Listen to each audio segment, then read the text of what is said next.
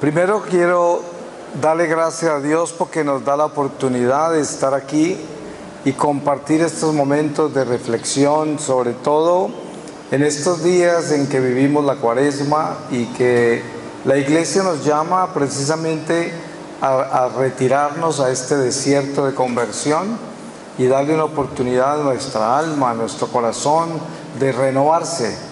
Por eso estos ejercicios espirituales son importantes para nuestra fe.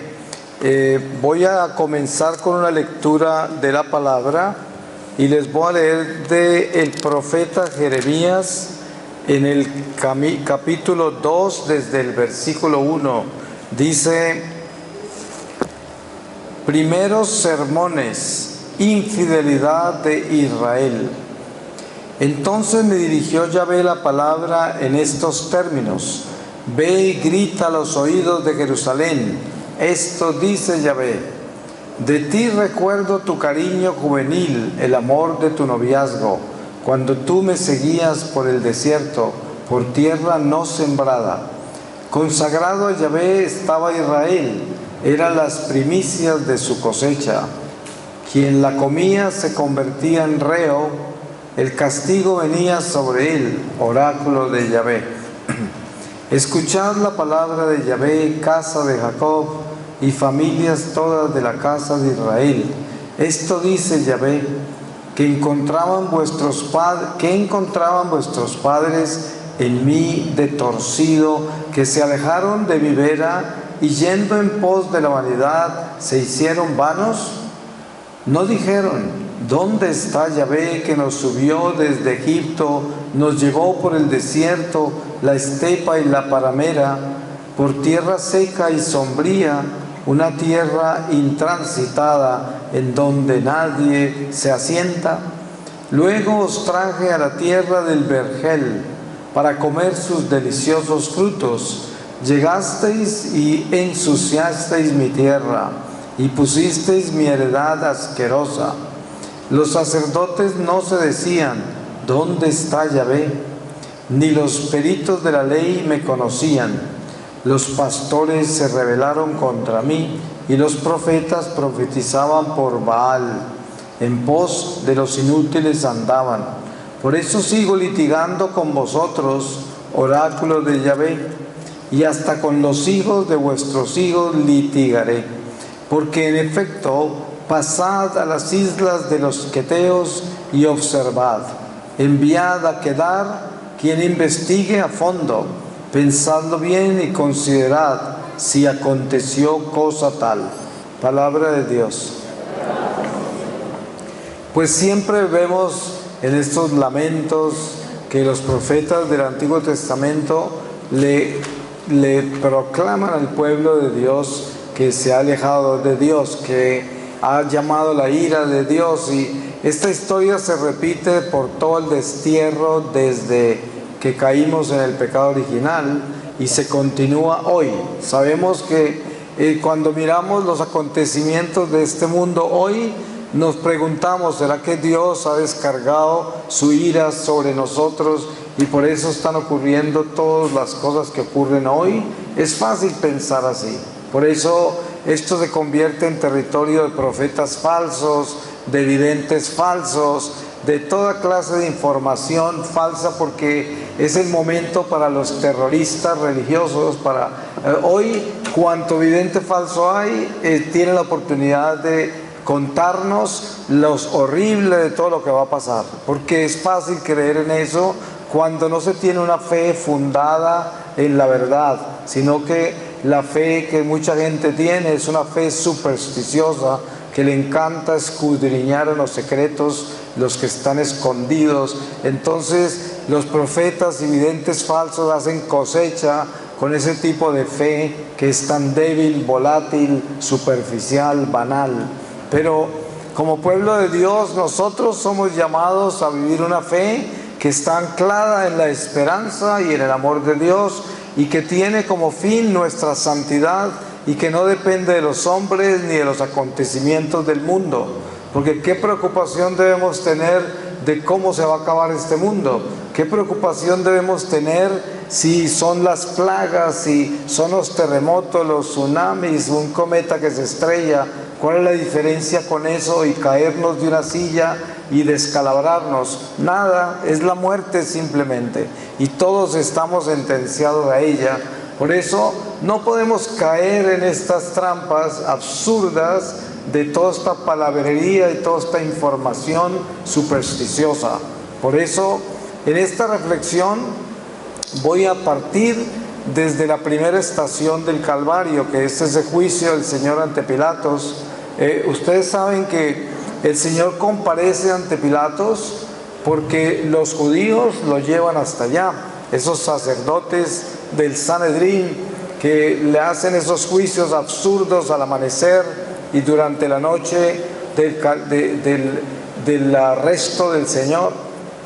Como ellos tienen que lavarse en las manos de ese inocente y que ellos saben que es inocente, tienen que conseguir a un rey pagano que sea el que se encargue de juzgarlo y de matarlo. O sea, ustedes saben que cuando nosotros observamos lo que sucede hoy en el mundo, a nosotros como católicos, y vemos nuestra iglesia, en nuestra iglesia hay mucho Caifás y Anás, hay mucho jerarca pervertido, corrupto, haciendo cosas malas, asociándose con políticas perversas, apoyando ideologías, profesando ideologías espantosas y vistiéndose de curas, vistiéndose de sacerdotes. Esto lo vemos, eso no es nada diferente a lo que sucedió en los tiempos de Jesús. Nos damos cuenta que esos sacerdotes del Sanedrín, todos eran parte de la sociedad romana en Jerusalén y participaban de muchas cosas con paganos y estaban detrás del dinero, del poder, de todo lo que el mundo ofrecía, y al mismo tiempo manipulaban a todo el mundo con la ley. Y por eso Jesús era una amenaza para el poder que ellos tenían, porque en el fondo sabemos que estaba escrito de que todo lo que ocurrió tenía que ocurrir así, porque estaba escrito. Es un plan misterioso, cómo Jesús entra en el tiempo humano y actúa en ese tiempo cuando la iglesia está muy mal, porque el pueblo de Dios estaba totalmente alejado y perdido cuando Jesús apareció. La prueba está que si usted lee con cuidado los pasajes del Evangelio y las conversaciones que tenía Jesús con sus judíos, son terribles. El Señor les hablaba como una raza perdida. Era el pueblo perdido de Israel. Los llamaba con adjetivos muy pesados.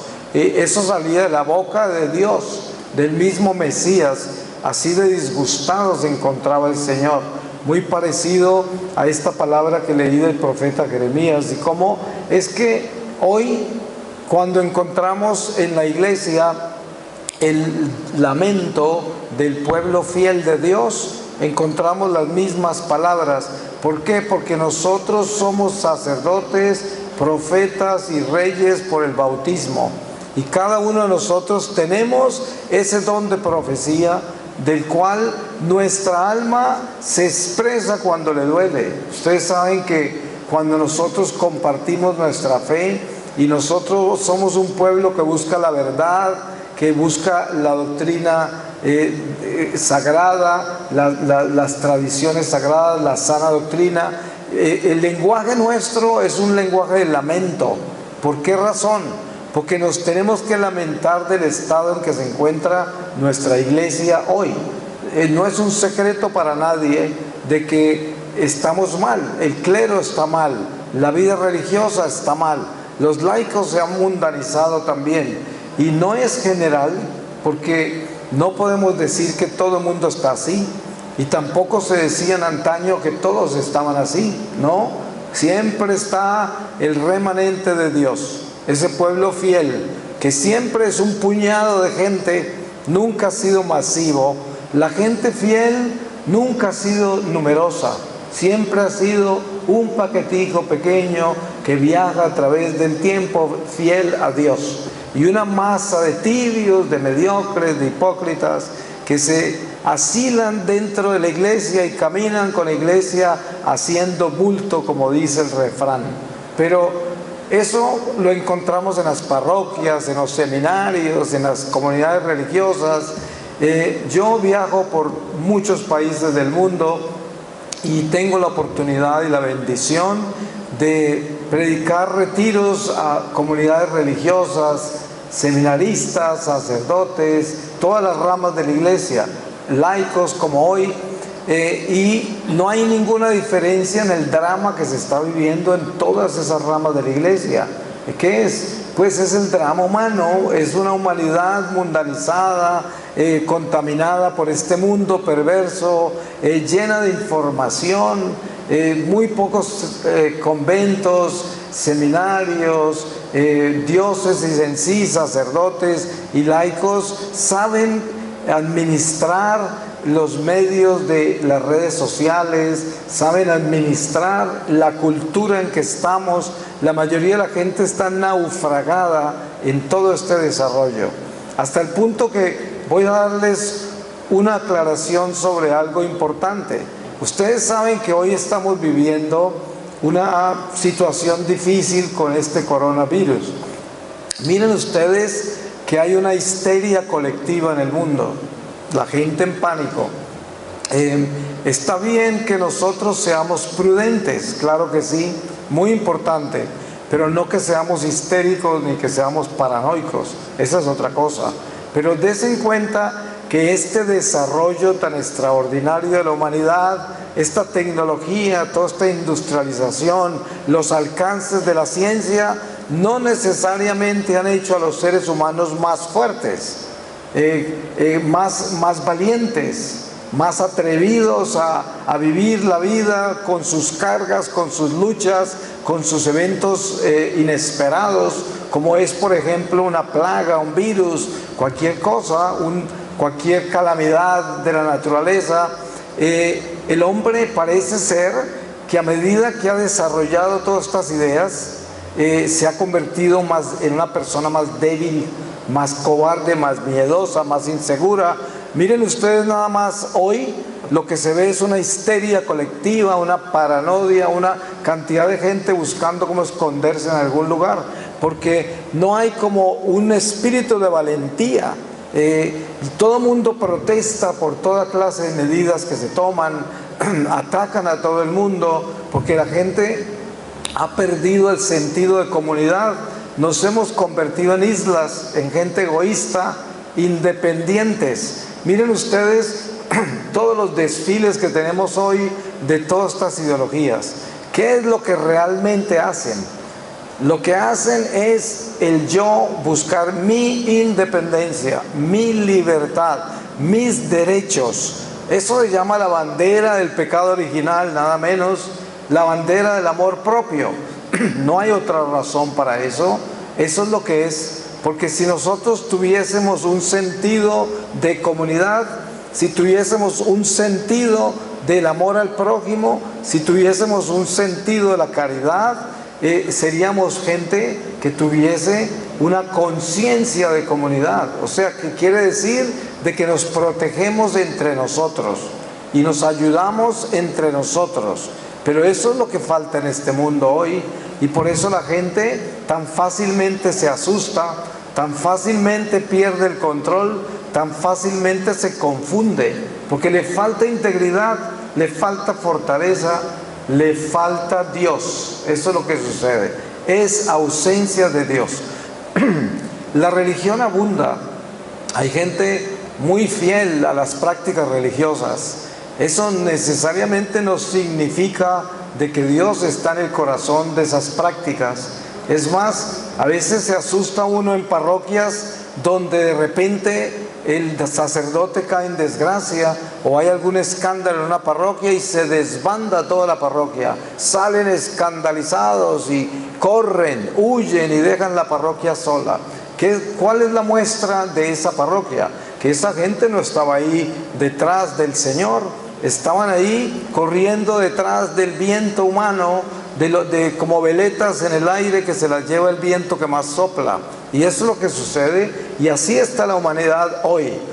una humanidad débil, y uno se pregunta, aparentemente esta humanidad ha alcanzado cosas extraordinarias, todo este desarrollo en que vivimos, pero a medida que se ha desarrollado el hombre en esta forma exterior, se ha debilitado interiormente y se ha convertido en una tragedia, porque en realidad no se ve que el hombre sea más fuerte y valiente hoy de lo que era en algún momento en el pasado, en algunas culturas pasadas, en algunos ciclos anteriores en la humanidad, cuando la gente no se dejaba sacudir tan fácil como la gente de hoy.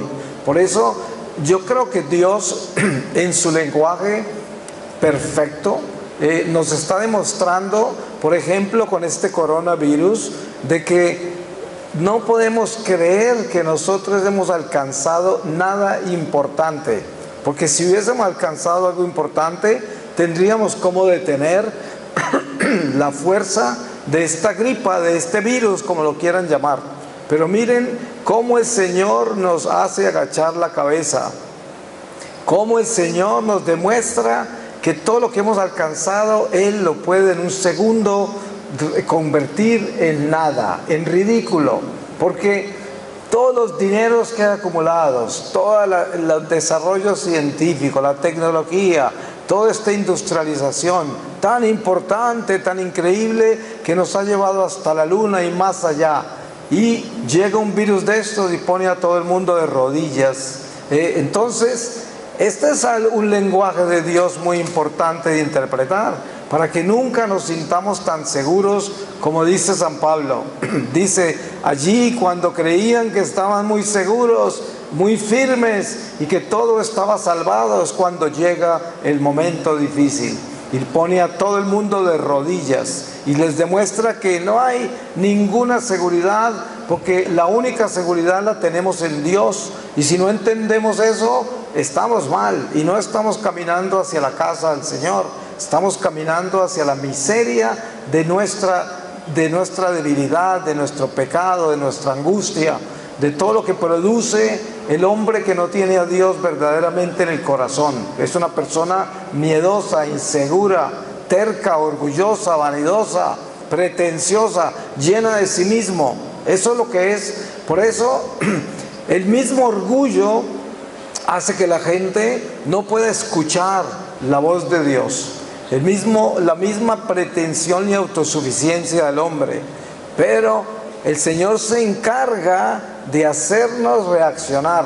El Señor se encarga de sonar la campana para que hasta los edificios más grandes de orgullo y de pretensión en los seres humanos se doblen. Eso es lo que Él hace. Y es muy lindo ver cómo Dios actúa sobre nosotros y cómo nos demuestra que Él es el Señor, nadie más. Él es el Señor del tiempo, el Señor de los espíritus, el Señor de la creación, es el Señor de todo. Por eso, para nosotros como católicos que estamos viviendo esta estación de Cuaresma y que estos ejercicios espirituales son una bendición de Dios para renovarnos, para concientizarnos, para volvernos más pequeños, para disminuirnos y permitir que Dios crezca en nuestro corazón, nosotros tenemos la oportunidad en este momento de utilizar los acontecimientos que estamos manejando en el mundo para entender la fragilidad de nuestra vida. Por eso tomé la imagen de ese juicio de Jesús ante Pilatos como un principio de esta reflexión, porque en ese juicio de Jesús ante Pilatos, después de que ha dado toda la vuelta y ha estado donde Herodes y ha pasado por Anás y Caifás y ya conocemos todos los pasos que ha dado, entonces en este juicio hay algo muy importante. Nosotros vemos que Jesús no le dirige la palabra a Herodes, y sabemos que Jesús ya tenía con Herodes cosas difíciles porque lo había llamado hasta zorra, ¿no? Y él tenía los ojos puestos en Herodes hacía mucho rato. Cuando Herodes le habla, él no le contesta absolutamente nada. Y Herodes moría por ver un milagro de Jesús, porque sabía y conocía del Señor. Además lo tenía asustado, porque según la palabra, él creía que de pronto era como una reencarnación de San Juan Bautista o algo así. Pero el caso es que cuando Jesús está ante Pilatos, hay algo extraordinario en ese diálogo que tiene con él. Primero le habla, ¿sí? Segundo, le dice que los que lo entregaron a él tenían más culpa que él. Ahí, ese es un diálogo interesante. ¿Qué está haciendo el Señor diciéndole eso? Le está demostrando que él tiene menos culpa. Ahora, el Señor testifica algo que para nosotros en este momento es muy importante de recordar, y es: mi reino no es de este mundo. Si lo fuera, mis ángeles vendrían a defenderme. Esta enseñanza para nosotros es importante porque el Señor está a las puertas de un calvario espantoso, que es el cierre de toda esa encarnación del Mesías que viene a darle fin a la muerte en esa cruz, y está entrando por esa puerta del dolor hacia nuestra salvación, hacia nuestra redención con su sangre. Pero en esa presentación de ese Mesías está todo lo que es absurdo, contradictorio a lo que el mundo espera, porque este hombre que está ahí ante Pilatos, este Mesías, es un hombre que está golpeado, lacerado, perseguido, humillado. Sin embargo, está parado ahí con la realidad de lo que está haciendo, que está por encima de lo que el hombre está viendo. Y miren, cuando miramos eso, tenemos que mirar la vida que estamos viviendo en este momento. El mundo no podría estar más oscuro, más degenerado, más contradictorio en todo sentido, más alejado de Dios. No podría haber una iglesia más tibia y mundanizada que la que tenemos hoy. Eso no es un secreto. Tenemos un remanente de gente santa siempre en la iglesia, gracias a Dios. Hay sacerdotes santos, religiosos santos, laicos santos que siempre han estado navegando por el tiempo en la iglesia. Pero tenemos una masa de gente tibia, mundana, superficial, que la religión la utilizan como sotana porque no viven esa religión en el corazón. Entonces hoy estos acontecimientos actuales son una oportunidad para que nosotros escuchemos las palabras de Jesús a Pilatos: mi reino no es de este mundo. Eso quiere decir que si nosotros entendemos que somos de Cristo, entonces ¿dónde está nuestro reino? ¿Y para dónde vamos? ¿Y por qué nos preocupa tanto este mundo si este no es el reino de Dios? Además, Jesús habló con claridad: el príncipe de este mundo se llama Satanás. Príncipe. Ustedes saben, un príncipe no aparece con cachos y con cola y oliendo a azufre. Un príncipe se viste de seda y es un seductor. Esos son los tesoros del materialismo, los tesoros de este mundo. Eso es lo que maneja el diablo. Pero por otro lado, en las tentaciones en el desierto al Señor, el diablo se lo lleva para la montaña, le muestra todos los reinos de la tierra y le dice que si se arrodilla y lo adora, él se los da. Entonces, ¿qué quiere decir todo esto?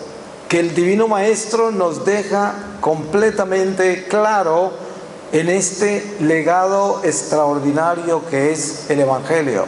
Nos deja claro que somos peregrinos, estamos en tránsito, esto va a pasar, esta vida es muy corta y necesitamos colocar nuestros ojos en el horizonte de la vida espiritual.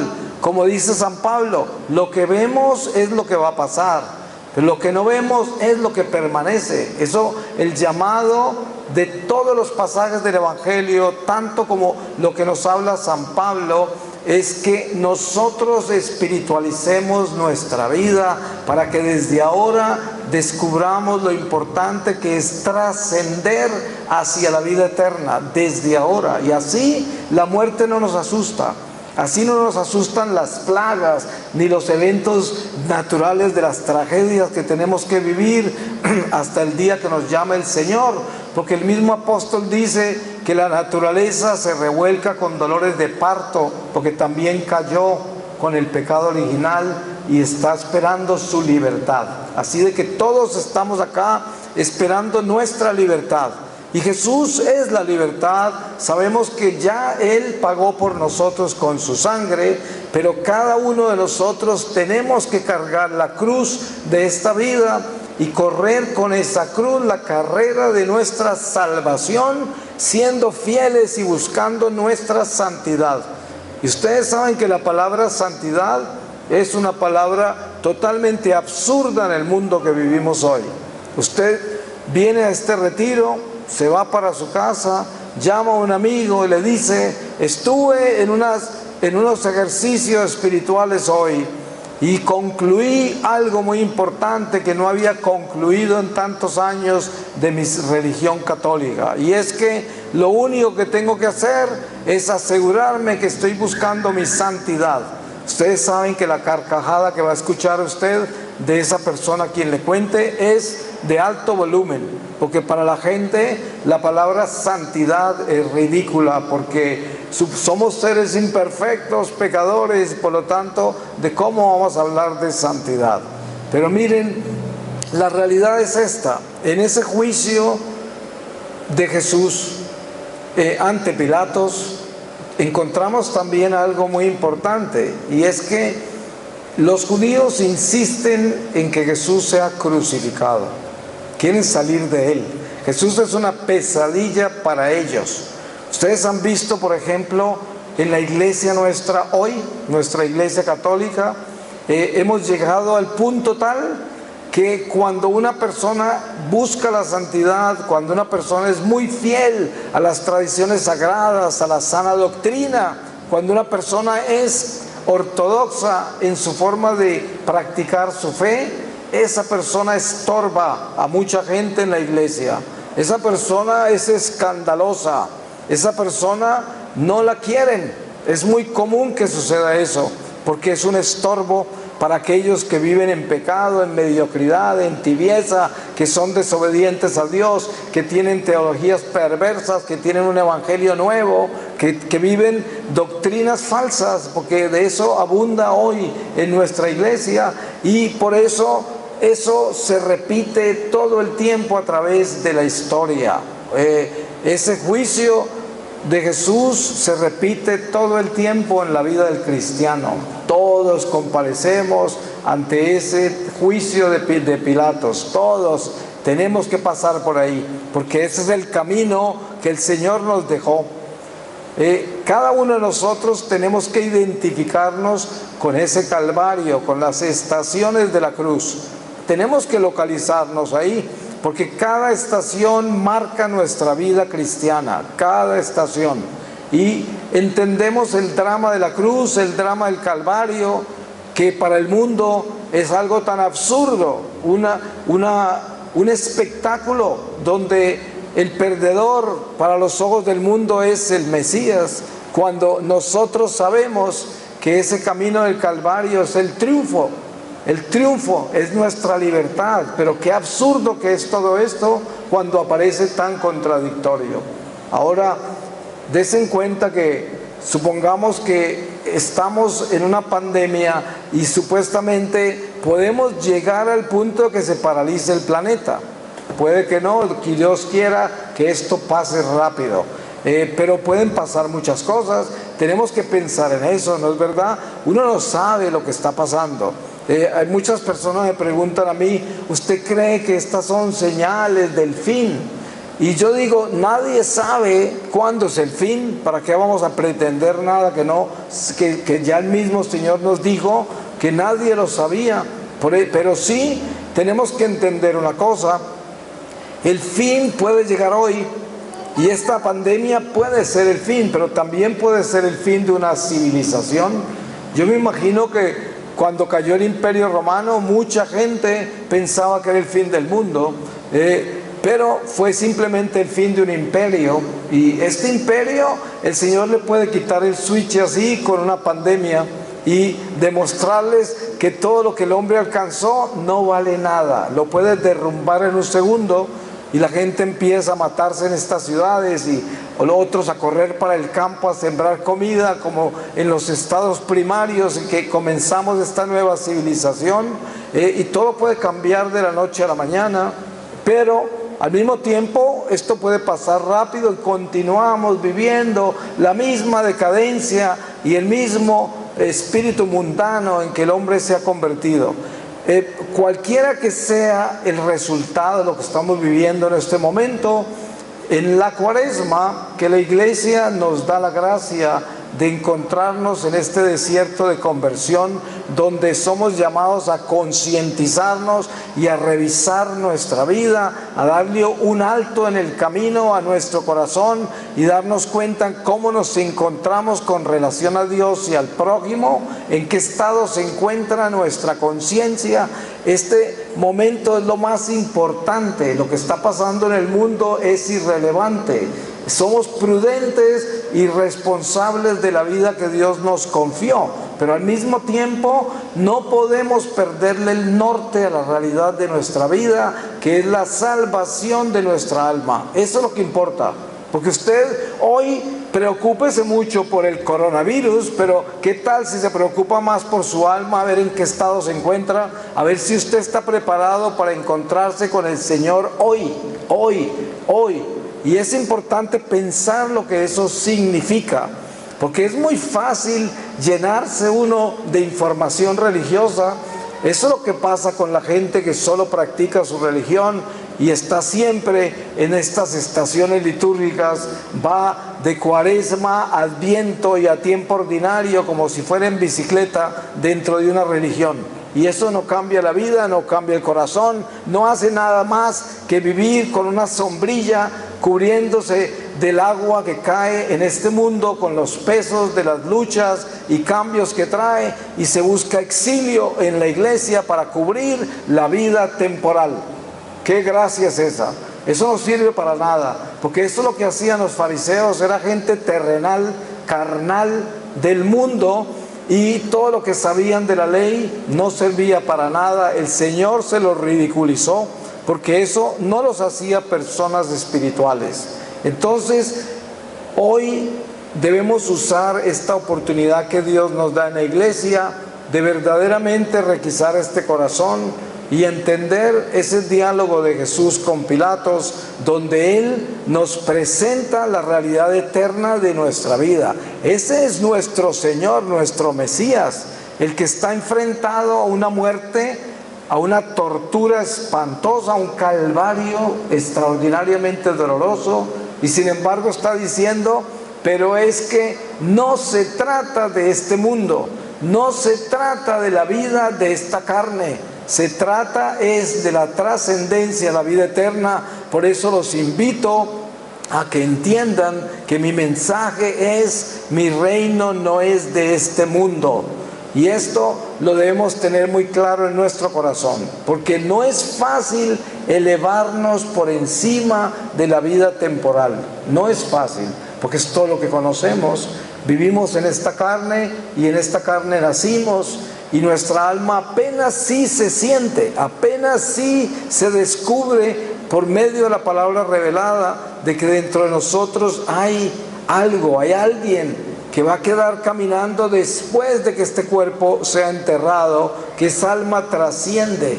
Y cuando nosotros queremos visitar la realidad en que se encuentra nuestro corazón, concéntrese usted en mirarse por dentro a ver quién hay ahí, porque eso es lo que va a quedar de usted si se muere hoy.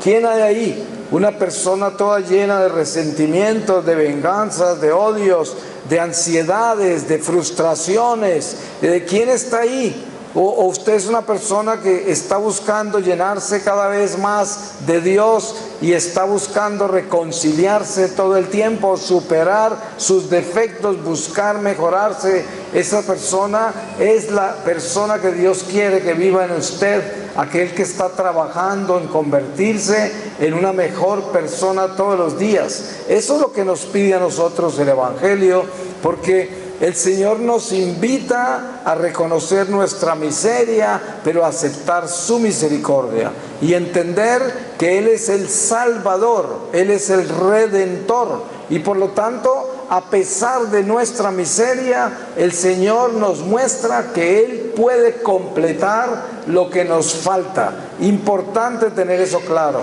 de saber que no estamos solos, pero tenemos que aprender a crucificarnos con el Señor, porque miren que en este juicio de Jesús ante Pilatos hay algo muy importante. Hay una turba de gente lanzando al Señor hacia la muerte en la cruz.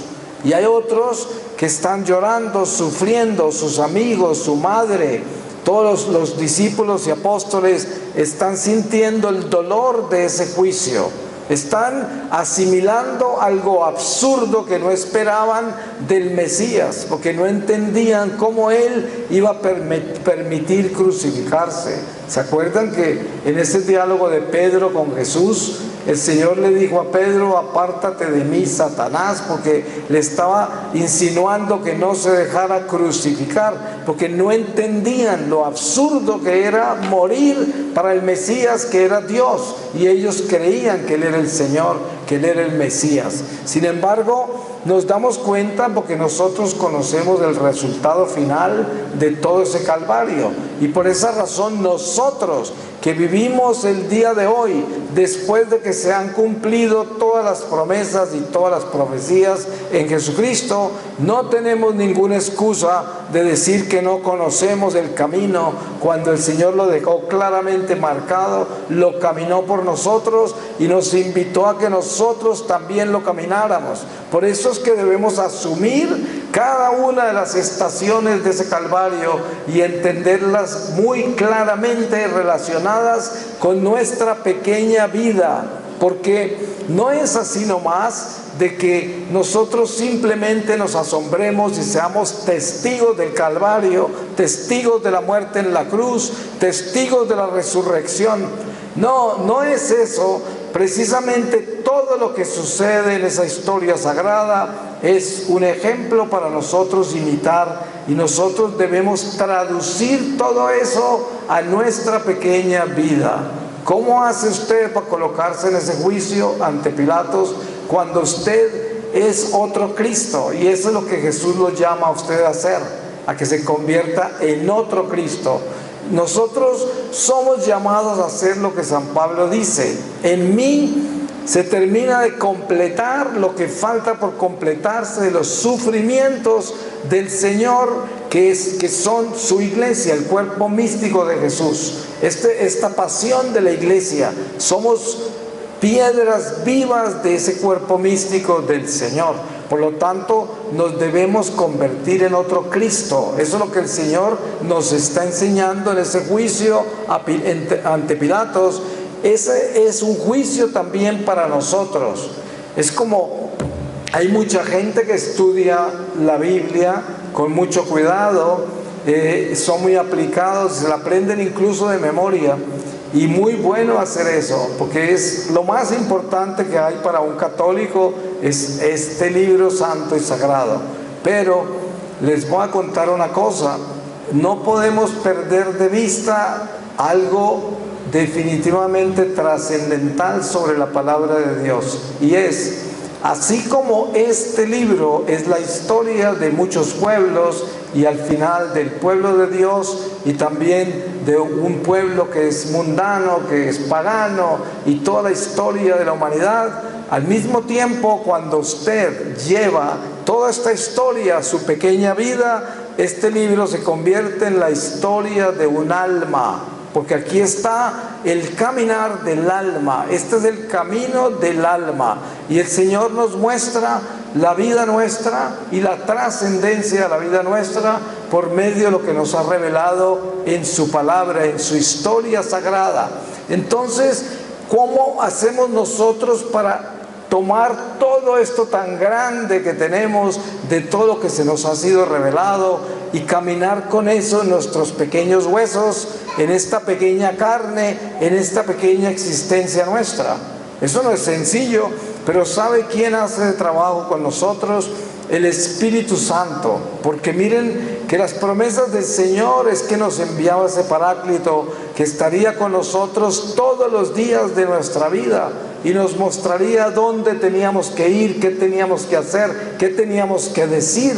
Todo esto es importante entenderlo, porque es una realidad, es una promesa del Señor que no miente, y seguramente que la mayoría de ustedes acá pueden testificar de que el Espíritu Santo es real, que camina con nosotros, que es la verdad, que nosotros podemos sentir su presencia, que no estamos solos y que tenemos esa fuerza, que es un espíritu de fortaleza, de sabiduría, es un espíritu de esperanza, un espíritu de santidad. Y esto es importante tenerlo claro como católicos que somos, porque si no tenemos esas realidades claras en nuestra vida, ¿qué somos? Somos gente que se la va a llevar el viento que más sopla, y por eso los eventos de esta vida nos van a asustar, los eventos de esta vida nos van a preocupar, y sobre todo la rebeldía se va a imponer.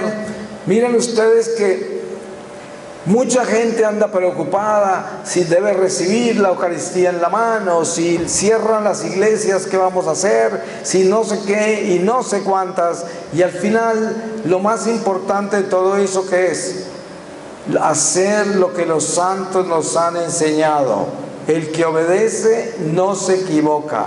Esto tenemos que tenerlo claro, porque este es el tiempo de los fanáticos, profetas falsos, videntes falsos. Todos aman el terrorismo religioso. Ahora están todos alborotados. Usted encuentra millones de mensajes por toda parte ya hablando del fin, porque claro, es la cosecha, porque hay una oportunidad por los eventos que estamos viviendo. Todo eso es insignificante para el que camina derecho con Dios. Esas cosas son distracciones, porque lo importante de hacer en nuestra vida es primero asegurarnos que nosotros seamos una unión, uno con la iglesia.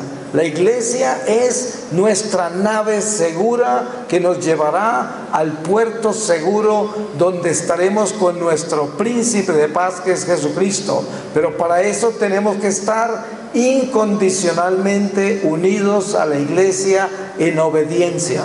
Hay muchas cosas que no nos gustan, hay muchas decisiones que pueden ser contrarias a lo que quisiéramos que sucediera o que se impartiera como instrucciones en la iglesia. Sin embargo, cada uno de nosotros tenemos que ocupar la posición que Dios nos dio. Dios es un Dios de orden, un Dios jerárquico. Todo está ordenado en una jerarquía, hasta el punto que miren cosas tan sencillas como esta. Jesús habla de San Juan el Bautista a sus apóstoles y discípulos y la gente que lo escuchaba, y les decía: Juan el Bautista es el profeta más grande que ha habido y habrá, pero el más pequeño de los cielos es más grande que él. ¿De qué estaba hablando el Señor? O sea, ¿cómo puede traducir usted eso? Eso habla de jerarquías, habla de los estados que se alcanzan en el mundo espiritual, de qué es lo que significa el reino de Dios, dónde está la realidad espiritual de la trascendencia de esta vida a la otra, qué es lo que eso trae consigo y a dónde estamos mirando y por qué estamos luchando y qué es lo que vamos a alcanzar siendo fieles al Señor. Por eso San Pablo dice: si nosotros pudiésemos imaginarlo, lo que nos espera en Jesucristo al final de esta vida, si le obedecemos, pasaríamos de rodillas por esta vida, porque nada nos asustaría, ni habría nada tan difícil y tan horrible de vivir en esta vida que nos pueda quitar la esperanza, porque tenemos los ojos puestos en lo que nos espera en Jesucristo, que es algo tan extraordinario que no podemos siquiera imaginar. Y ahí es donde debe estar nuestro corazón, para que nada nos engañe, para que nada nos confunda, para que jamás tengamos miedo en nuestro corazón, para que seamos valientes y sobre todo para que seamos esas lámparas, esa luz que necesita este mundo de tinieblas. Ahora, más que nunca, que tenemos toda esta gente histérica, llena de miedo por ahí, es que necesitamos ser fuertes y mostrarle a la gente que tenemos un Dios vivo en nuestro corazón, y que nosotros no entramos en histerias ni en paranoias, ni nada nos va a asustar ni atormentar, porque tenemos en nuestro corazón una fe viva que nos hace sentir que nosotros no moriremos y que esta vida es temporal y que va a pasar muy rápido y que no nos va a asustar la forma en que vamos a morir. ¿Cuál es la diferencia? ¿Qué importa? ¿En qué forma vamos a morir? ¿Cuándo vamos a morir? Si estamos sentenciados a muerte todos. O sea, lo que importa es que después de depositar este cuerpo en esa tumba, que esta alma se puede elevar hacia el Señor. Y por eso hay que preocuparnos de alimentar esta alma, de llenarla de Dios, de llenarla de luz. Y eso solo se consigue con la fidelidad a Dios, con ser gente buena, obediente, gente que observe la ley de Dios, que observe el amor al prójimo, que tenga un espíritu de servicio, que tenga caridad en el corazón, que tenga un amor incondicional a todo lo que hace. Ustedes saben que el que sirve con amor muere con gozo en el corazón, con paz, y se eleva, sale de estas tinieblas, porque el espíritu de servicio son las alas del alma. Y al final de esta vida, esas alas van a ser muy valiosas, porque ojalá que tuviésemos esa visión muy clara, lo importante que es crecerle alas a esta alma para que podamos salir de estas tinieblas donde estamos, que por gracia de Dios no lo vemos, porque si pudiésemos ver dónde estamos en este mundo caído, moriríamos del susto instantáneamente, porque estamos abajo, caídos en las tinieblas. Y por eso el Señor descendió a hablar con nosotros y a mostrarnos cómo salir de acá. Y cuando se fue, ascendió y nos mostró que tenemos que salir de acá. Y eso no se nos puede olvidar. Es importante tener eso claro. No importa cuánto conoce usted su religión, no importa cuánto se sabe este libro de memoria, ¿de qué sirve eso si usted no está consciente de que usted está en el destierro y tiene que salir de acá? Y la única forma de crecer sus alas es con la fidelidad a Dios, con su santidad.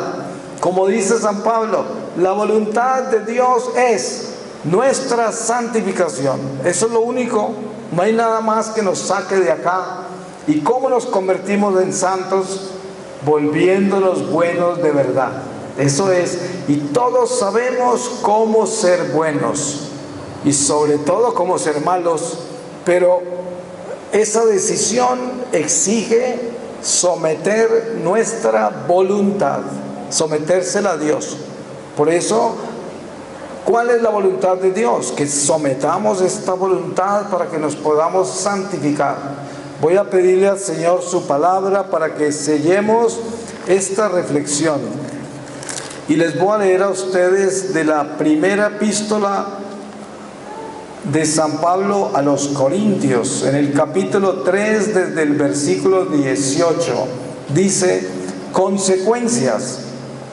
Nadie se engañe. Si alguno entre vosotros se cree sabio según este mundo, vuélvase loco para llegar a ser sabio. Pues la sabiduría de este mundo es locura a los ojos de Dios. En efecto, dice la Escritura, el que enreda a los sabios en su propia astucia, y también el Señor conoce cuán vanos son los pensamientos de los sabios.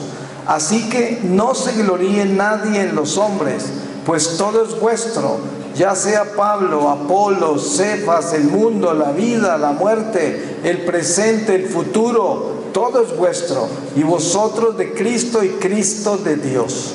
Palabra de Dios. Pues le damos gracias al Señor y le pedimos que nos dé luz para que entendamos estas estaciones de la cruz que son tan importantes en este tiempo de Cuaresma, y que podamos caminar místicamente con el Señor a través de estos pasos tan increíblemente sabios, tan perfectos, que a pesar de ser tan dolorosos y contradictorios, son nuestra salvación, y que debemos imitarlos para poder también asegurarnos de estar crucificados con el Señor, para vivir esa promesa de que en esa forma también resucitaremos con Él. Amén.